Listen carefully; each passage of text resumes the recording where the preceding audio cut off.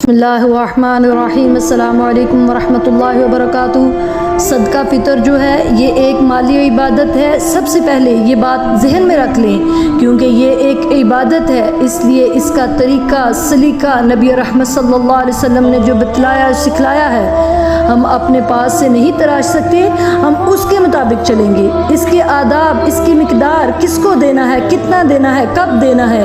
یہ ساری چیزیں عبادات سکھانے والی ہستی آمنہ کے لال حضرت محمد صلی اللہ علیہ وسلم نے سکھلائے ہیں، ہم اپنے پاس سے نہیں بتا سکتے۔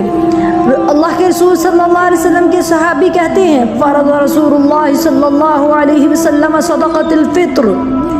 دو مقصد کے لیے اللہ کے رسول صلی اللہ علیہ وسلم نے صدقہ فطر جو ہے وہ فرض کیا ہے۔ نمبر ایک کہ جو روزے دار سے غلطیاں ہو گئی، کمیاں کوتاہیاں ہو گئی، گناہ ہو گئے، ان کی یہ صدقہ فطر صفائی کرے گا، سبحان اللہ۔ وَطُعْمَةً لِّلْمَسَاكِينَ، اور عید پہ مساکین غرباء کے لیے کھانے پینے کا انتظام کرے گا، یہ جو صدقہ فطر ہے، سبحان اللہ۔ دو بیسک مقصد ہیں صدقہ فطر کے،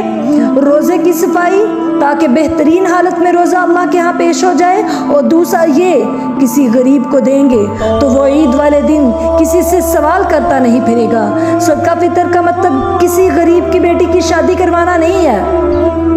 کسی غریب کے گھر پورے مہینے کا راشن ڈالنا نہیں ہے، اس کے لیے عید کے کپڑے نہیں ہیں، اس کا علاج معالجہ نہیں ہے، بلکہ اس کا بیسک مقصد جو ہے وہ عید والے دن غریب کی خوراک کا بندوبست کرنا ہے اور روزے کی صفائی ہے، بیسک جو اس کا مقصد ہے۔ اب بات یہ رہ گئی کہ یہ فرض کس پہ ہے، تو حضرت عبداللہ بن عمر رضی اللہ تعالی عنہما فرماتے ہیں، فرض رسول اللہ صلی اللہ علیہ وسلم صدقۃ الفطر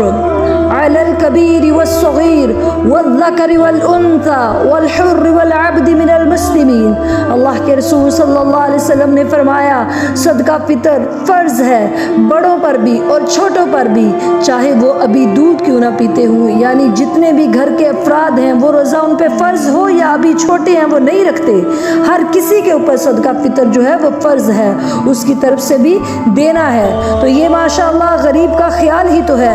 مرد عورتیں ان سب پہ وہ فرض ہے، غلام پہ فرض ہے، آزادوں پہ فرض ہے، جو آزاد ہیں سب مسلمانوں کی طرف سے صدقہ فطر دینا فرض ہے، حتیٰ کہ جو صدقہ فطر لے رہا ہے وہ بھی اپنے خاندان کی طرف سے صدقہ فطر دے گا، الا یہ کہ سارے علاقے میں اس سے زیادہ کوئی غریب نہ ملتا ہو تو وہ لوگوں سے لے گا تو خود ہی کھائے گا، اگر اسے کوئی اور اپنے سے زیادہ غریب نہیں نظر آتا۔ ہر مسلمان پر صدقہ فطر جو ہے وہ فرض ہے، کتنا دینا ہے؟ 1 سا، 1 سا کھجور یا 1 سا جو۔ ہم کیونکہ گندم اور چاول استعمال کرتے ہیں تو ہم اپنے علاقے کے حساب سے دیں گے، 1 سا گندم یا 1 سا چاول دیں گے۔ مدینہ منورہ میں آج تک قیمت دینے کا رواج نہیں، وہاں پہ اسٹال لگے ہوتے ہیں عید سے 1-2 دن پہلے، اور وہاں پہ سا بھی موجود ہوتا ہے، اور ماپ کر خرید کر لوگ خود دے رہے ہوتے ہیں، غرباء میں تقسیم کر رہے ہوتے ہیں اپنا جو صدقہ فطر ہے، اور سا تقریباً جو ہے وہ 3 کلو گرام کا ہے، کچھ علماء کے نزدیک 2.5 کلو گرام کا ہے، لیکن پیمانے کے اختلاف کی وجہ سے تو وہ تقریباً جو ہے نا وہ 3 کلو بن جاتا ہے، تو اس لیے 3 کلو دینا چاہیے۔ تو 3 کلو پر آدمی کے حساب سے گھر کے جتنے افراد ہیں وہ کسی غریب کو دیا جائے صدقہ فطر جو ہے۔ لیکن اب علماء نے اجتہاد کرتے ہوئے کہا کہ غریب آدمی کہاں اناج اٹھائے گا، اس